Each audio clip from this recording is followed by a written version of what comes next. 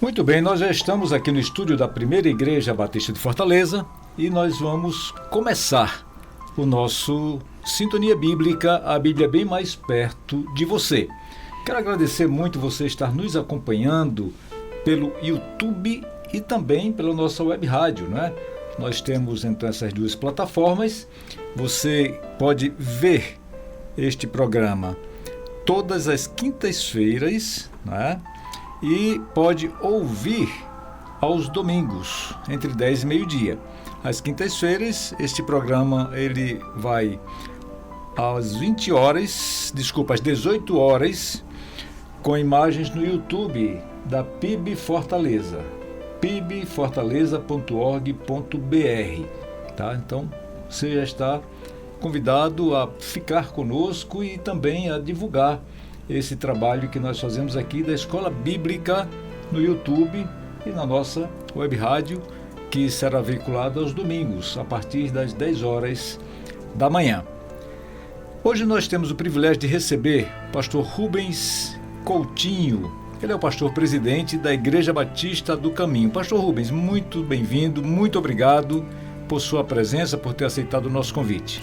A alegria é minha de poder participar e colaborar, repartindo um pouco da palavra de Deus nesse tema tão importante sobre a salvação. Muito bom. Então você já está antecipando aquilo que nós vamos falar. Perfeito. Qual é o tema mesmo? Certeza de salvação, incluindo como Deus processa a salvação. Certeza da salvação. Olha aí, queridos, que tema maravilhoso, que tema oportuno, no momento em que nós vivemos tantas incertezas, nós vivemos tantos problemas, né, relativos a isso. Muitas pessoas, inclusive aquelas que algumas estão dentro da igreja, já foram batizadas, mas como a exemplo de uma vez que eu perguntei para uma irmã: minha irmã, se você hoje fosse chamada à presença de Deus, se você morresse, vamos falar um português mais claro aqui, para onde você iria? Ela começou a chorar e disse que não tinha certeza, não sabia. Então nós vamos tratar desse assunto hoje, para que você saiba, né, que certeza você pode ter. Tem algum texto específico, pastor Rubens? Tem. São vários textos, mas o texto básico da certeza da salvação mesmo é Efésios capítulo 2, versículos 8 e 9. Efésios capítulo 2, vamos ler, né? Versículos 8 e 9. Efésios capítulo 2, versículos 8 e 9. Isso. Posso ler, meu pastor? Pode, deve. Porque pela graça vocês são salvos por meio da fé. E isto não vem de vocês, é um dom de Deus. Não é resultado de obras para que ninguém se glorie. Exato. Esse é o texto clássico sobre a salvação, que é uma obra realizada por Deus, pela sua graça, pelo seu amor, pela sua misericórdia, e a nossa participação nisso é crer naquilo que Deus está fazendo, é pela fé nele, não pelas obras que poderíamos ou possamos fazer. Muito bem.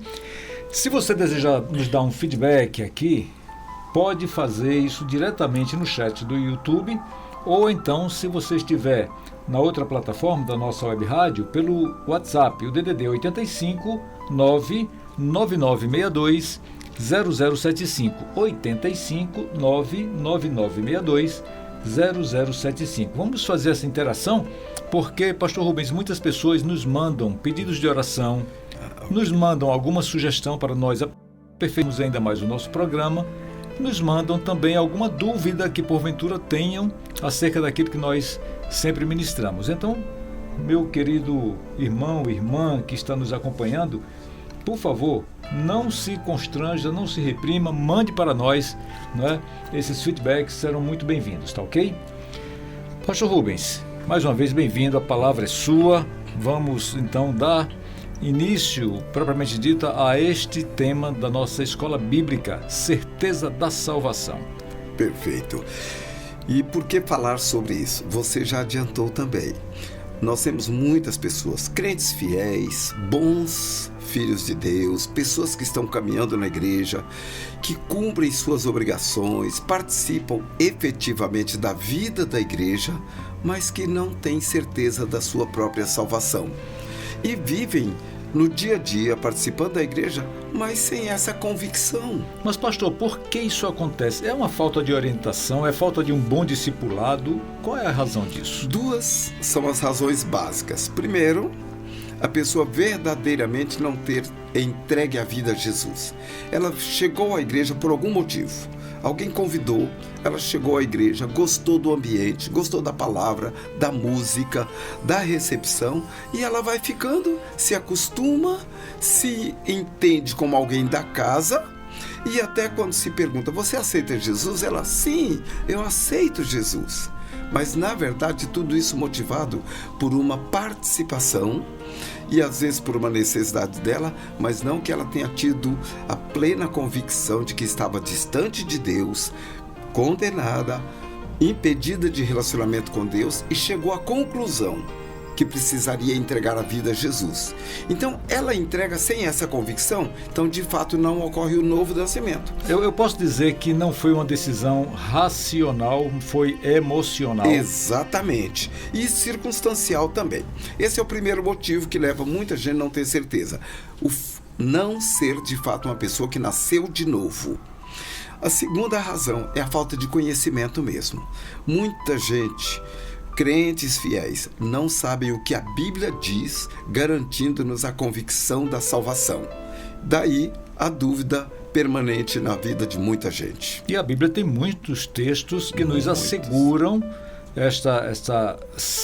perdoe-me a redundância, nos asseguram esta segurança. Exato. Que nós devemos ter em Cristo Jesus. Exatamente. Pelo sacrifício que ele fez na cruz por nós. Exato. Por exemplo, Romanos capítulo 8, verso 16, diz: o próprio Espírito, está em letra maiúscula, porque é o Espírito de Deus, testifica com o nosso Espírito, em letra minúscula, porque é o nosso Espírito, que somos filhos de Deus. Então, quando uma pessoa verdadeiramente nasce de novo, o Espírito Santo vem morar dentro dela e dá a ela essa convicção de que ela é de Jesus. E nada, absolutamente, nem crise, nem confusão, nem circunstâncias tiram dela essa convicção, porque é algo dado pelo Espírito Santo de Deus no espírito dela. Logo, é uma convicção interior, pessoal, e ninguém tira isso dela. Eu posso até fazer uma pergunta para os queridos que nos seguem neste momento. Você tem certeza da sua salvação? Pense direitinho, responda para você mesmo. Você já teve de fato este encontro pessoal com Jesus Cristo? Pastor, esse é um questionamento assim, muito sério, não é? Muito sério. Muito sério. Muito sério. E eu já vi várias situações em que as pessoas expõem o Evangelho, mas não dão à pessoa a oportunidade de tomar a decisão. E aí ela fica crendo no que ouviu, mas sem tomar uma decisão. Daí é necessário mesmo a gente trabalhar isso de maneira clara, para que as pessoas saibam e entreguem suas vidas a Jesus. Ou seja, tomem uma decisão consciente por Jesus. Exatamente, né? Consciente e racional, exatamente. Exatamente, consciente, racional por Jesus. Esse é o primeiro passo que nos dirige a ter a certeza da salvação. Exatamente. E há alguns outros aspectos. Eu falei que a pessoa pode chegar à igreja por circunstâncias, por convite, por relacionamentos, mas de fato não entregou a vida a Jesus, ou falta de conhecimento. Mas como é que uma pessoa pode ter certeza da salvação? E aqui já entramos muito claramente. Muitas pessoas pensam que só são salvas quando naquele momento ocorre algo sobrenatural. Ela tem uma emoção que ultrapassa todos os limites da percepção. Ela entende que se ela é salva, ou quando ela é salva, ocorre algo sobrenatural. Uma luz brilha ao redor dela, as coisas mudam, ela percebe. E nem sempre é assim. As emoções chegam a pontos enormes e nem sempre é assim. Não dependa da emoção. A salvação nos é dada pela fé em Jesus e não pela emoção que sentimos na hora. Eu posso repartir uma pessoa com quem eu falei de Jesus, e a hora que eu estava explicando e ela entendeu a situação dela de pecaminosidade, de afastamento de Deus e de carência de Deus, ela deu um grito absurdo, enorme, porque foi uma constatação. A partir dali, depois que ela se acalmou, eu levei a tomar a decisão e fazer uma entrega da vida a Jesus. E é um crente fiel até hoje, criou seus filhos, ok. Mas eu já vi outra pessoa, que foi o meu caso. Quando alguém me falou de Jesus, quando eu tinha 17 anos, me expôs o Evangelho, eu entendi, falei, mas é isso que eu preciso, é isso que eu quero. E naquela noite, eu me ajoelhei e conscientemente, eu tomei uma decisão, fiz uma oração entregando a minha vida a Jesus. E a partir da manhã seguinte, eu comecei a levantar mais cedo para ler minha Bíblia, que eu queria conhecer aquele a quem havia entregue a minha vida. Eu comecei a ler a Bíblia para saber o que o meu Salvador e o meu Senhor tinham para mim ou queriam de mim. Então, e aí eu comecei uma caminhada com Jesus. Mas naquela noite eu não senti emoção nenhuma, absolutamente nada. Foi algo da fé.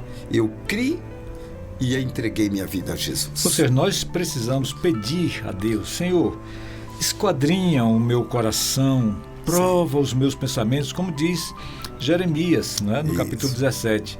Porque um pouquinho antes desse versículo, quando ele faz esse pedido aqui, quando ele profetiza que eu, o Senhor, esquadrinho o coração e provo os pensamentos e faço isso para retribuir a cada um segundo os seus procederes e de acordo com o fruto de suas ações, antes ele fala, enganoso é o coração mais do que todas as coisas e desesperadamente corrupto.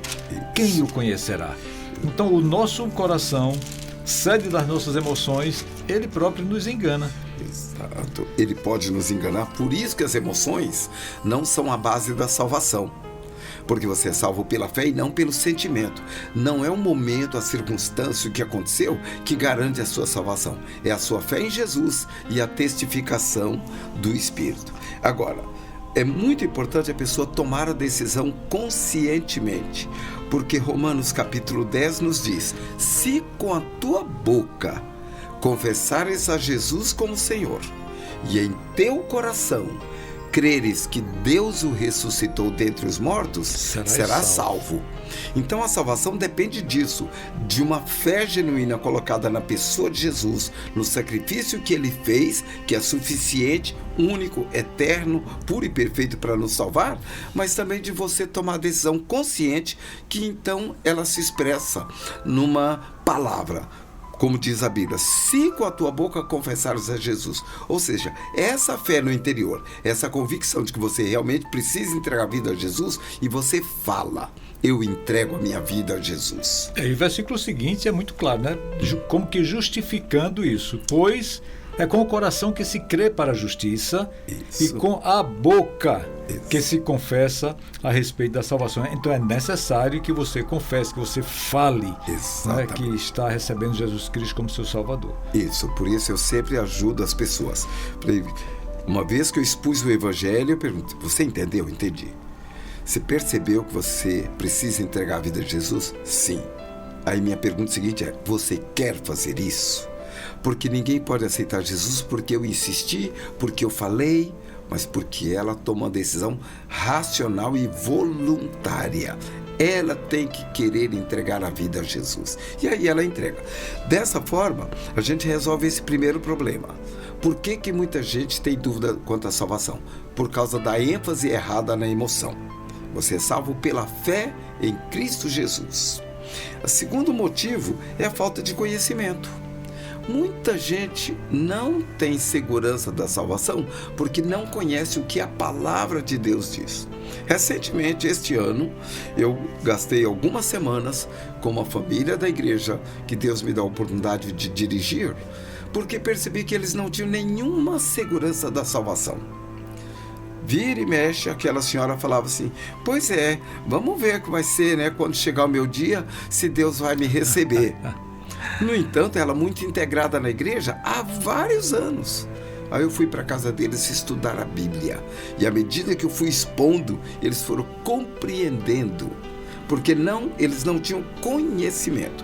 E aí eu expus a eles algumas coisas sobre o que a Bíblia diz sobre a salvação. Por exemplo, nós temos o testemunho externo da palavra de Deus. A Bíblia diz que todo aquele que crê será salvo. Isso. Acabamos de ler aqui em Romanos 10. Se com a tua boca confessares a Jesus como Senhor e em teu coração creres que Deus o ressuscitou dentre os mortos, serás salvo. Então a Bíblia está dizendo e dando-nos a informação: você é salvo quando você crê, você é salvo quando você reconhece e confessa Jesus como seu Salvador. Então a Bíblia diz isso com clareza, e você então recebe Jesus no seu coração. Mas além do testemunho externo, que é o que a Bíblia diz, há o testemunho interno. Dentro de você, você pode saber se é salvo ou não. Por quê? Eu citei agora há pouco Romanos 8,16. O próprio Espírito de Deus testifica, confirma com o nosso espírito que nós somos filhos de Deus. Ele trabalha isso no nosso coração. Quando que ele faz isso? Ele faz isso na hora que ele entra na nossa vida. Efésios capítulo 1 nos diz assim: que você, tendo ouvido o evangelho da salvação e tendo crido nele, você foi selado com o Espírito Santo da promessa. Até quando o Espírito Santo? Até que Deus venha resgatar a sua propriedade. Então lá em Efésios 1 está dizendo: quando você ouve o evangelho, crê em Jesus e se entrega a ele, o Espírito Santo vem morar. Na hora que ele entra na sua vida, ele lhe dá essa convicção da salvação. Ele testifica isso no seu espírito, de que você agora é propriedade de Deus. Você é da família de Deus. Então nós temos aí o testemunho externo da palavra de Deus afirmando: se você creu, entregou-se, você é salvo. Aí tem o testemunho interno. Inclusive, quanto ao testemunho externo, Sim. Oséias fala sobre isso, e Jesus replica o que Oséias havia falado quando ele diz assim: errais por não conhecer as Escrituras. Exatamente. Errais por não conhecer as Escrituras. Por isso é tão importante o que nós estamos fazendo aqui, ministrando esta aula de escola bíblica, para que você tenha um pouco mais de conhecimento acerca das verdades sagradas. Exatamente. Né? Aí necessariamente cai naquela questão, né? Como eu vou crer de quem nunca ouvi? Nunca ouvi, exatamente. Né? Exatamente. Como crerão se não há quem pregue? Como ouvirão se não há quem pregue? Exato. Como pregarão se não forem enviados? Então, nós temos que nos predispor a ir e indo pregar o evangelho a toda criatura, para que as pessoas, nesta convicção externa, né, da segurança que a palavra de Deus nos dá, e na convicção interna, selada pelo Espírito Santo, nós possamos dizer cabalmente, de uma forma muito sólida, de uma forma muito convicta: eu sou salvo pelo sangue de Jesus. Exato. E aí nós temos um terceiro elemento que nos dá a garantia, a segurança da salvação, que é a vida transformada. Vejam, você não pode simplesmente falar assim: não, eu larguei de fumar, então eu sou crente. Eu parei de beber, então eu sou crente. Não é o que você faz, não é o seu gesto, porque tem muita gente que faz assim: não, eu vou mudar de vida, eu vou consertar a minha vida e eu vou para a igreja. Não, isso não é processo de salvação. O processo de salvação é quando você então crê em Jesus, entrega a sua vida a Ele e Ele começa a operar na sua vida as transformações. Porque aquele que está em Cristo é uma nova criatura. As coisas antigas se passam, tudo se faz novo, que é 2 Coríntios capítulo 5, verso 17. Agora vejam, uma vida transformada é evidência de que você entregou a sua vida a Jesus. Por que vida transformada? Vejam, me perdoe o exemplo pessoal. Eu fumei dos 12 aos 17 anos. Aos 17 eu entreguei minha vida a Jesus num sábado à noite. Naquela noite eu entendi que a minha vida agora era de Jesus e Ele estava me dando gratuitamente a salvação. Então eu tirei naquela noite a carteira do cigarro do meu bolso, piquei, joguei fora e falei: nunca mais ponho isso na minha boca. Ora, mas não foi só isso. No dia seguinte eu comecei a estudar a Bíblia e fui lendo a Bíblia. Na semana seguinte, no meu trabalho, um colega me chamou para falar uma piada sem conteúdo moral. E eu disse a ele, o apelido dele era Alemão. Falei, Alemão, não, eu não participo mais dessa conversa. Eu entreguei a minha vida a Jesus no sábado agora. E agora, da minha boca não sai mais esse tipo de palavras. E eu também não quero alimentar minha mente com esse tipo de informação. Agora, isso não é só porque eu não queria mais ouvir aquilo.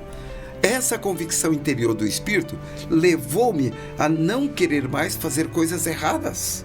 Mesmo ainda sem o conhecimento pleno da palavra de Deus, você já praticava aquela, não põe na vossa boca palavra torpe, mas somente aquela que serve para edificar, para redarguir, para, né? E aí eu disse isso para ele e parei com isso. Por quê? Porque eu estava agora lendo a Bíblia, agora eu entendi, eu sou de Jesus. Então veja, e as coisas começaram a mudar na minha vida. Em diversas áreas, Deus foi moldando a minha vida.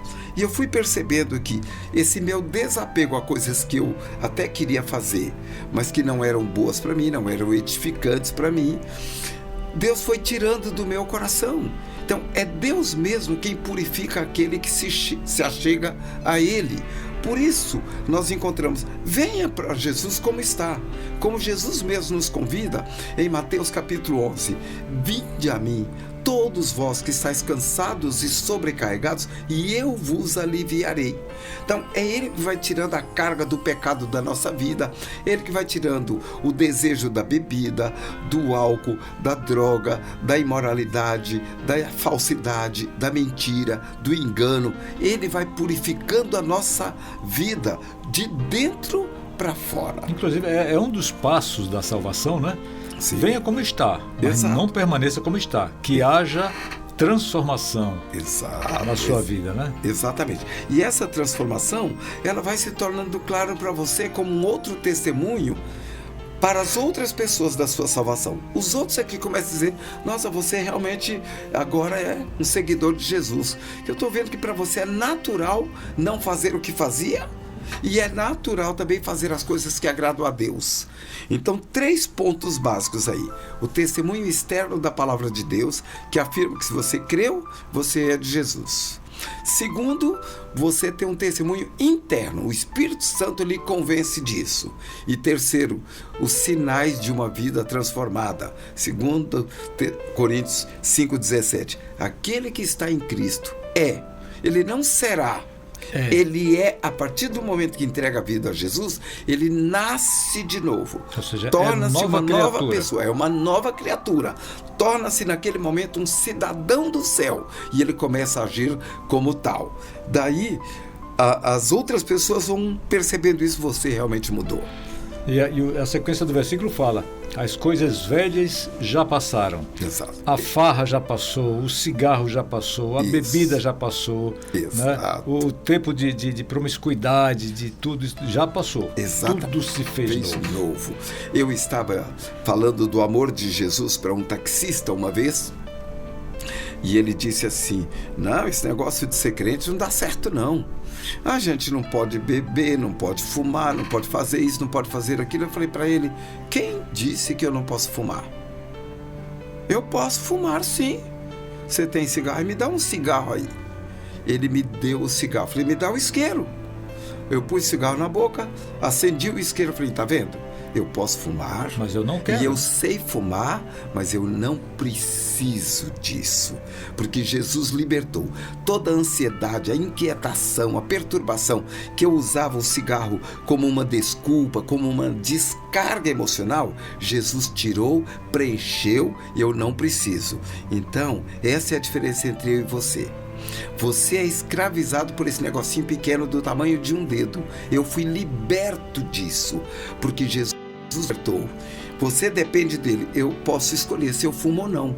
Como isso é prejudicial à saúde, eu escolhi não fumar e não tenho necessidade, porque Jesus preencheu todos os vazios da minha vida. É o que diz a própria palavra de Deus. Todas as coisas me são lícitas, mas nem todas me convêm. Todas as coisas me são lícitas, mas eu não me deixarei dominar por nenhuma delas. Assim que diz a palavra. 1 Coríntios. Isso. Exatamente. E é isso. Agora, isso nos leva para um outro ponto. Se a salvação é pela graça de Deus, mediante a fé, e se eu tenho 3 elementos para checar se eu sou salvo ou não, que é o testemunho da palavra de Deus, o testemunho eterno e a vida transformada, como é que Deus processa a salvação? Como é que Deus faz para que uma pessoa seja salva quando ela não é, quando ela não merece ser salva? E aí a gente percebe o seguinte: quais são os resultados imediatos da salvação? Como é que Deus faz isso? Mas, pastor Rubens, nós vamos à igreja, vem a mensagem, o pastor vai lá na frente, faz a mensagem.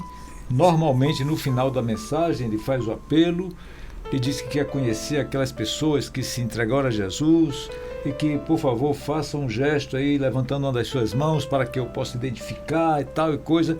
Aí eu levanto a minha mão. Perfeito. Daqui a pouco ele me chama para ir lá para frente. O fato de eu levantar a minha mão e ter ido lá para frente, de repente eu acho, ou posso achar, que pronto, eu levantei a minha mão na igreja, já sou salvo, já estou pronto. Certo. Né? Mas a salvação não tem aqueles processos todos, que é o primeiro, a justificação. Vamos falar um pouquinho sobre isso? Vamos. Veja só. Quando você levanta a sua mão, você está indicando que você deseja receber a salvação.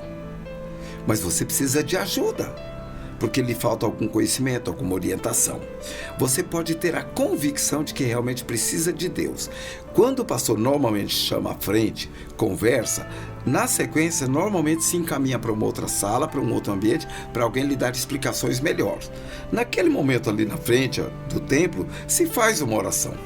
Mas quando a gente vai para um lugar à parte, a gente conversa para ser melhor esclarecido. Por quê? Porque a salvação, ela é simples para ser recebida, mas ela é complexa na sua aplicação. Há um processo enorme que Deus faz, e isso é invisível e simultâneo. Veja, você levantou a mão, foi à frente, falou que queria aceitar Jesus, entregar a sua vida a Jesus, e você foi orientado a fazer essa oração entregando a vida a Jesus. Quando você faz isso pela fé, com sinceridade, e porque você quer entregar a vida a Jesus, várias coisas acontecem naquele momento. E eu quero citar algumas delas. Primeira coisa que acontece é que Deus ressuscita você que estava morto em delitos e pecados. Efésios capítulo 2 diz assim: Deus nos deu vida, estando nós mortos em nossos delitos e pecados, nos quais andávamos outrora, segundo o curso deste mundo, segundo o príncipe da potestade do ar, que é o espírito que atua nos filhos da desobediência, e éramos por natureza filhos da ira de Deus, como todos os demais. O que quer dizer isso? Veja, Ele nos deu vida estando nós mortos em delitos e pecados. A Bíblia nos ensina que o salário do pecado é a morte. Quando a pessoa peca, espiritualmente ela morre.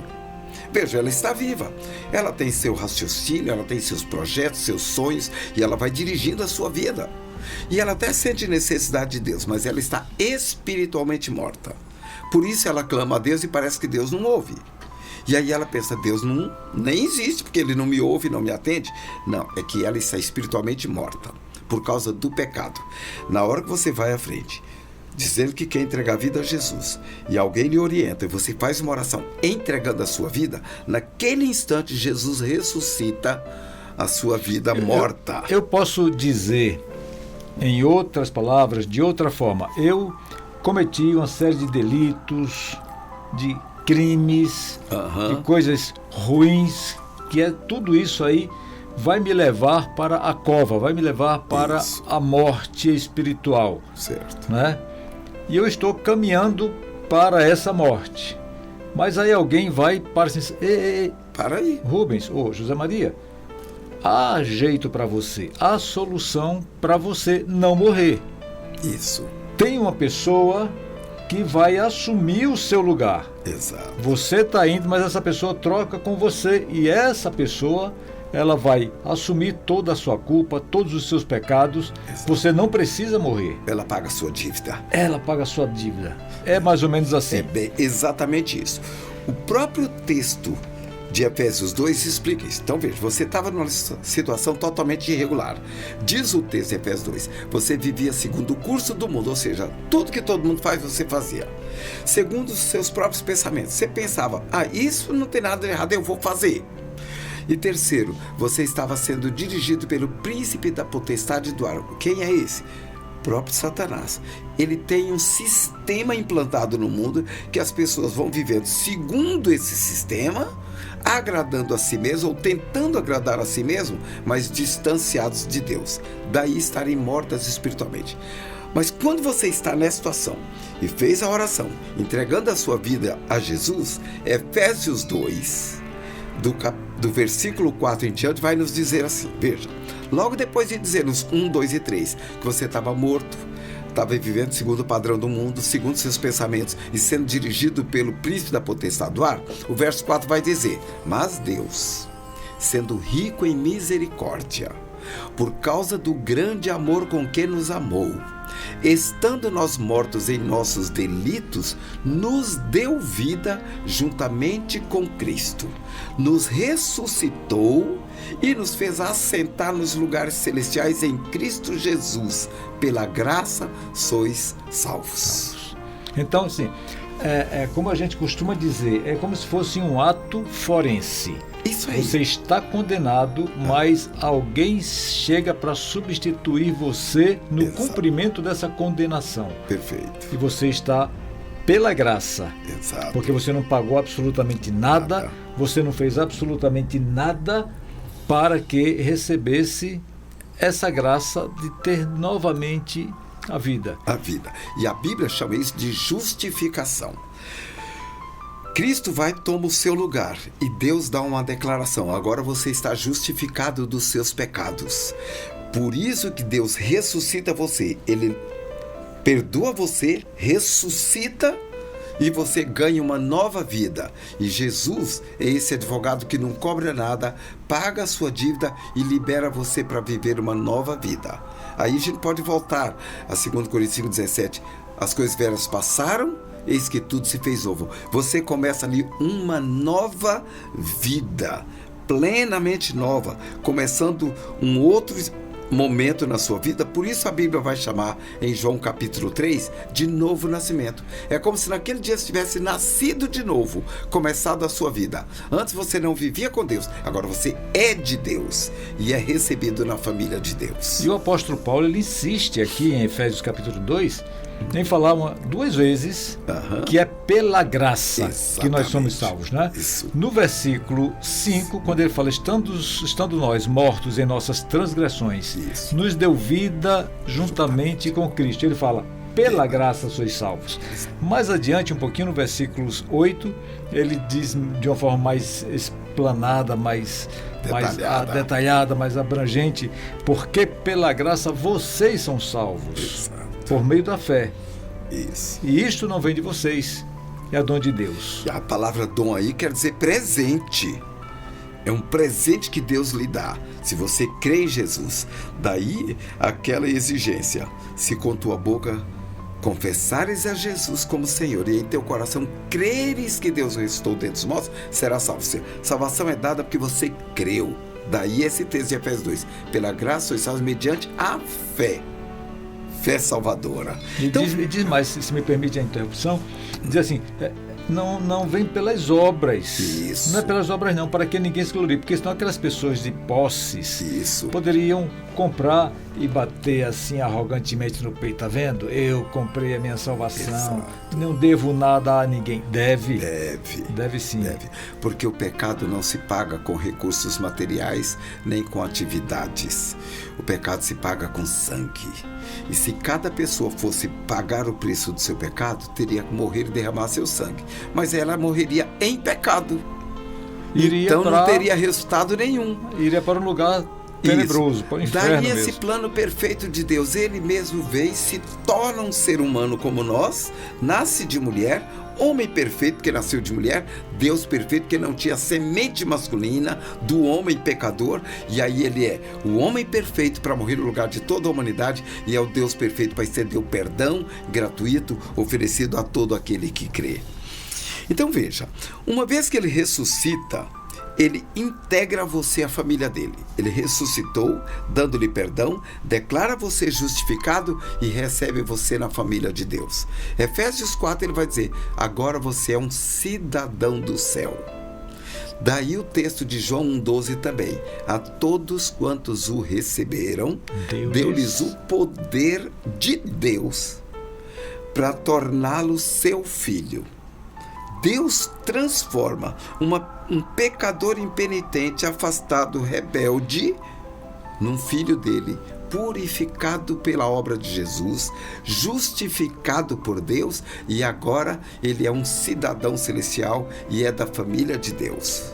É importante nós salientarmos que João 3,16 é muito claro, né? Porque Deus amou o mundo de tal maneira que deu o seu Filho unigênito. Deus só tem Jesus como filho. Isso. Único filho unigênito. Mas aí, como é que nós somos feitos filhos? Exato. Fomos feitos por adoção. Perfeitamente.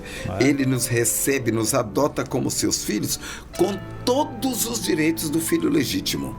Ao ponto de Jesus, em Romanos, a Bíblia nos dizer que ele nos fez a semelhança de Jesus para que Jesus seja o primeiro entre muitos irmãos. E aí nós vivemos com ele e nós herdamos todas as coisas que Jesus tem direito como filho, nós recebemos de Deus. Muito bem. Você falou algo muito interessante. Para nós sermos ele o primeiro. Exato. E nós irmãos dele. Isso. Né? A primazia dele. A primazia dele. Romanos 8, 28 e 29. Certo. Né? Que diz assim, sabemos que todas as coisas cooperam para o bem dos que amam a Deus, daqueles que são chamados segundo os seus propósitos. Esse é o 28. 29 diz, aos quais ele também chamou para serem conformes à imagem de seu Filho, a fim de que ele, Jesus, seja o primeiro entre muitos irmãos. Então, ele nos torna, pela sua graça, filhos de Deus, irmãos de Jesus, herdeiros do reino celestial pela graça de Deus. Em João 14, verso 16 e 17, diz que Jesus pedirá ao Pai e ele nos dará outro Consolador para que esteja conosco para sempre. Isso. Ou seja, eu posso dizer então que o Espírito Santo de Deus veio habitar em nós. E não é à toa que nós somos tidos como o nosso corpo, como templo do Espírito Santo. Não é isso? Exatamente. Esse é um outro resultado, pastor Rubens, da salvação? É um resultado e que ocorre na mesma hora da entrega da vida a Jesus. Veja, eu disse que algumas coisas. Naquele momento que você se entrega a Jesus, Deus lhe ressuscita e lhe dá uma nova vida. Em Efésios capítulo 1, nós vamos ter o registro que eu já até citei aqui agora há pouco. Olha só, versos 13 e 14. Olha só como nos diz a palavra. Nele também vocês, depois de ouvirem a palavra da verdade, o evangelho da vossa salvação, tendo nele crido, receberam o selo do Espírito Santo da promessa. E esse selo, que é o Espírito Santo, é o penhor da sua herança, até que Deus venha resgatar sua propriedade para o louvor da sua glória. Você leu aí em Efésios 1, 13 e 14. Certo. Esse texto diz que, e olha, ele dá a sequência lógica. Você ouviu o Evangelho, você creu no Evangelho e você se entregou a Jesus. Nessa hora o Espírito Santo vem morar dentro de você. Então o Espírito Santo entra na sua vida na hora que você se entrega a Jesus. Como ele entra na sua vida naquele momento, ele então torna você, a partir daquele momento, filho de Deus, e membro do corpo de Jesus, membro da família de Deus, herdeiro da salvação e justificado por Deus. Então é por isso que na sequência do que eu li aqui, quando Jesus pede ao Pai para que mande o Consolador para estar conosco para sempre, no versículo 17 fala que o Espírito da verdade, que o mundo não pode receber porque não o vê, nem o conhece, nós o conhecemos, mas vós o conheceis, pois ele habita convosco e estará em vós. Né? Então, em nós habita o Espírito Santo de Deus. Exatamente. Quando Jesus fala isso, foi antes dele enviar o Espírito Santo. Por isso ele diz, ele estará. A partir do momento que a pessoa entrega a vida a Jesus, o Espírito Santo entra na vida dela e ele está com ela. E o texto de Efésios 1 diz que ele estará conosco até que Deus nos leve embora. Então a segurança da salvação é resultado da presença do Espírito Santo de Deus em nós, que testifica com o nosso espírito que nós somos filhos de Deus. Como já falamos, Romanos 8,16, ele dá essa convicção a todo crente, porque ele habita na sua vida desde o momento que você, consciente e voluntariamente, entrega a sua vida a Jesus. Pastor Rubens, no Salmo 22, ali está descrito aquilo que Jesus falou na cruz. Sim. Né? Deus meu, por que me desamparaste? Esta comunicação de Jesus com o Pai, sim, foi quebrada ali, não porque Deus se afastou, não porque Deus é mauzinho, porque Deus não quer mais saber do filho, não, é porque o pecado causa esta separação entre nós e Deus. Exato. Não é verdade? Exato. Mas quando nós aceitamos Jesus como Salvador, esta comunicação, esta comunhão com Deus, ela é restabelecida. Exatamente. Não é isso? Por quê? Porque Deus ressuscita o espírito que estava morto devido aos pecados, nos dá uma nova vida, nos insere na família dele, e a partir de agora o relacionamento é entre pai e filho. Não quer dizer que não pecamos mais, mas quando pecamos, nós nos arrependemos e mudamos a atitude. Mas a partir daquele momento, a nossa comunhão com Deus está restabelecida e firmada. Tanto é que ele passa a nos chamar de seus filhos, não mais de servos, mas somos chamados de filhos de Deus. Por isso que Jesus, quando esteve aqui, ele começou a dar o exemplo do que seria. Ele se chamou Filho do Homem, a fim de que nós possamos ser chamados filhos de Deus. Ele desceu dos céus à terra para que possamos sair da terra e ir para os céus. Ele morreu a nossa morte para que possamos viver a vida dele. Tudo isso é efeito do que Jesus fez na cruz por nós. Pois é, e não é à toa que Romanos capítulo 5, versos 1 e 2, ali Paulo escreve: justificados, pois, mediante a fé, temos paz com Deus por meio do nosso Senhor Jesus Cristo. E agora vem aqui a questão do restabelecimento desta comunicação com Deus. Por meio dele, também temos acesso pela fé a essa graça na qual estamos firmes e nos gloriamos na esperança da glória de Deus. Ou seja, é por meio de Jesus Cristo que nós fomos restabelecidos, aliás, exato, na comunhão com Deus, no contato com Deus. Nós podemos ir diretamente a Deus sem intermediários. Sem intermediário, né? Nenhum. Porque há um só mediador entre Deus e os homens, que é Jesus Cristo. Né? Exato. E ele próprio falou isso, olha, uma vez que você está em Jesus, precisa lembrar o que ele falou em João 14,6. Eu sou o caminho, a verdade e a vida. Não é um caminho, não, ou é um único artigo caminho. Definido. Não, tem gente que fala assim, não, tendo uma religião é bom porque todas as religiões levam a Deus. Não, a religião em si não leva a Deus. Quem leva a Deus é Jesus. Isso. A religião fala sobre Jesus. Aí se você vai a Jesus, ele te leva a Deus. Mas se você simplesmente frequenta uma igreja achando que Deus vai salvar a instituição, isso é um equívoco absurdo, porque o relacionamento é pessoal, individual, entre você e Deus. Ele não salva a instituição e ele não tem a instituição como meio onde ele vem buscar. Ele vem buscar os indivíduos que a ele se entregaram. Daí João 14,6. Eu sou o caminho, a verdade, a vida. Ninguém vem ao Pai senão por mim. O único jeito. Não há outro mediador, não há nenhum outro vulto religioso ao qual possamos nos apegar para chegar a Deus, porque Jesus falou que Ele é o único meio de chegar a Deus. E a questão do nosso passado? Deus fala assim, do teu passado não me lembrarei mais. Isso. Justamente é um dos resultados também imediatos da salvação, não é? Isso. Porque lá em Colossenses capítulo 1, verso 13, diz que Deus nos libertou do domínio das trevas e nos transportou para o reino do Filho do seu amor. Exato. Então, assim, o que passou.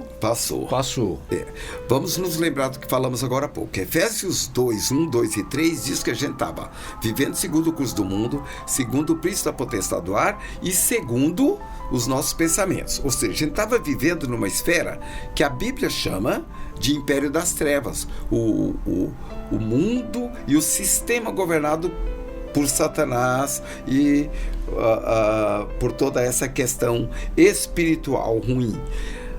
Quando você entrega a vida a Jesus, Ele liberta, que é esse texto que o irmão acabou de citar, Colossenses 1,13.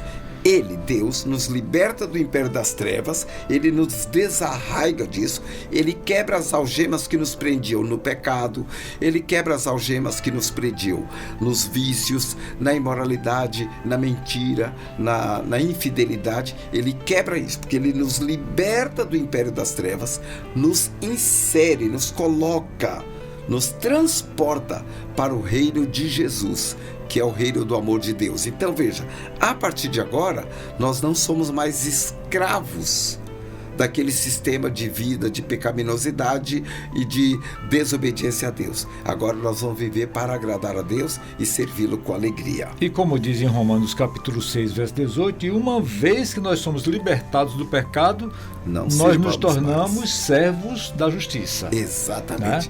Por isso não servimos mais ao pecado, nem entregamos os membros do nosso corpo ao pecado, mas nós servimos a Deus, colocamos a nossa vida à disposição de Deus. E temos mais aqui uma referência para tratar com os irmãos, que é justamente o que está lá na primeira epístola de Pedro, capítulo 2, né? O verso 9. Isso. Diz que nós somos linhagem eleita, sacerdócio real, nação santa, povo de propriedade exclusiva de Deus. Gente, isso é maravilhoso. Exato. Isso é maravilhoso, né? Para que isso? Para que proclamemos as virtudes daquele que nos tirou das trevas para a sua maravilhosa luz. Exato. O que significa isso? Veja, aí ele nos dá alguns títulos tremendos. Efésios 2 diz que a gente estava morto, estava em delitos e pecados, né, tal. Esse vai dizer assim, agora, quando você está então em Cristo Jesus, agora você é sacerdócio real, ou seja, 2 títulos, sacerdote, que é como um representante de Deus, um intercessor diante de Deus pelas outras pessoas, linhagem e realeza. Eleita. E realeza, sacerdócio real. Você tem uma realeza. Ele te traz para o nível do reino dele. Você se torna príncipe dele. Então, sacerdócio real, nação santa, ou seja, é uma nação purificada, trabalhada, e santo aí no sentido de purificação e de separação. Você não é mais daquele grupo, agora você é da família de Deus. Então, sacerdócio real, nação santa, e isso que foi dado ênfase, povo de propriedade exclusiva de Deus. Você não pertence ao inferno, por isso você não vai para o inferno. Você não pertence ao diabo, você agora é de Deus. Essa é mais uma confirmação que no dia que você fechar os olhos aqui, você que creu em Jesus, entregou sua vida a Ele e está servindo a Deus, o dia que fechar os olhos, você entra no lar celestial. Mas aí aconteceu tudo isso, eu sou agora chamado, já não sou mais aquele morto nos delitos e pecados, agora eu sou linhagem eleita, sacerdócio real, nação santa, povo de propriedade exclusiva de Deus. Para quê? Agora eu vou me deitar na rede aqui, tomar um coco gelado, ficar sentindo a brisa do mar. É isso? Não, né? O texto é claro. Esse próprio texto de 1 Pedro 2, 9 e 10. Por que ele fez tudo isso conosco? A fim de proclamarmos as virtudes daquele que já nos tirou das trevas para a sua maravilhosa luz. Ou seja, todo crente em Jesus, torna-se uma testemunha do reino de Deus, falando para as pessoas que estão ao seu redor. E aqui está um grande engano. Muita gente pensa que essa tarefa é do pastor, do missionário, da pastora, da missionária, mas isso é de todo crente. Vejam só, Deus chama alguns para ir para alguns lugares mais distantes. Deus chama alguém para ir à Indonésia, pregar, para ir na África, para ir na China, qualquer outra parte do mundo, ou para um ministério específico, entre uma aldeia indígena ou num quilombo. Deus chama alguns. Só que veja bem, o missionário foi chamado, ele sai daqui de Fortaleza, por exemplo, e ele vai para um outro canto pregar o evangelho.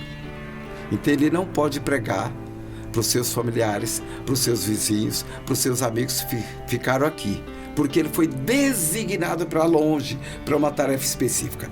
De quem é a tarefa de pregar para todos que estão ao nosso redor? De nós mesmos. Cada crente deve entender que ele foi salvo, tornou-se nação santa, povo de propriedade exclusiva de Deus, a fim de anunciar para quem está ao seu redor o evangelho da graça salvadora, que vai tirar as pessoas da situação que estão e dando a elas uma nova vida aqui no mundo e uma vida eterna com Deus nos céus. Então, amém. Todo crente tem que fazer isso. Como é que a gente pode concluir esse estudo de hoje? Veja bem, meu querido irmão, minha querida irmã, você, meu ouvinte, você participando, você que está aqui participando desse momento de enriquecimento bíblico, de conhecimento bíblico e de exercício da fé, no único que pode salvar, que é Jesus, você precisa entregar sua vida a Jesus se ainda não fez. E você pode fazer isso, fazendo uma oração simples e de fé, dizendo: Senhor Jesus, eu reconheço que o único meio de ser salvo é pelo sacrifício que o Senhor fez. Então, eu entrego minha vida ao Senhor, assim como o Senhor entregou a sua vida por mim. Muito bem, esse é um passo. Você faz isso pela fé, com convicção. E busca, então, com alguém do seu relacionamento, numa igreja próxima, você procura um aconselhamento e uma orientação. A segunda coisa, você já entregou sua vida a Jesus? Você precisa começar a falar de Jesus às outras pessoas, porque Ele salvou você para tornar você uma testemunha. Ele resgatou você para que você seja usado para resgatar outros. Ele inseriu você no reino de Deus para que você traga outros para o reino de Deus. Não podemos nos calar. Fala e não te cales. Exatamente. Pastor Rubens, muito obrigado. Uma alegria. Alegria enorme. Muito bom. Tê-lo recebido aqui. Já sabe o caminho. Volte outras vezes. Precisamos abençoar as pessoas que nos seguem, né? Que estão aqui sempre conosco, nos prestigiando. Muito obrigado por você ter estado conosco aqui até este momento. Pastor Rubens, mais uma vez, a minha gratidão para o Senhor, a fim de que o seu ministério frutifique cada vez mais e que o irmão possa voltar aqui, como falou, fora do set aqui, que precisa da sequência. E, de fato, esse é um tema muito abrangente que nós precisamos de mais outro tempo desse aqui para concluirmos ou então levarmos a bom termo, tá bom? Muito obrigado mais uma vez e não se esqueça, quinta-feira, 18 horas, será veiculado. Espalhe este link, mostre, divulgue, e aos domingos também, a partir das 10 horas da manhã, pela nossa PIB Web Rádio. Faça comunicação conosco aqui pelo YouTube, via chat, e pela PIB Web Rádio, pelo telefone, o WhatsApp 85 99962 0075. Beijo no coração, Deus abençoe a sua vida.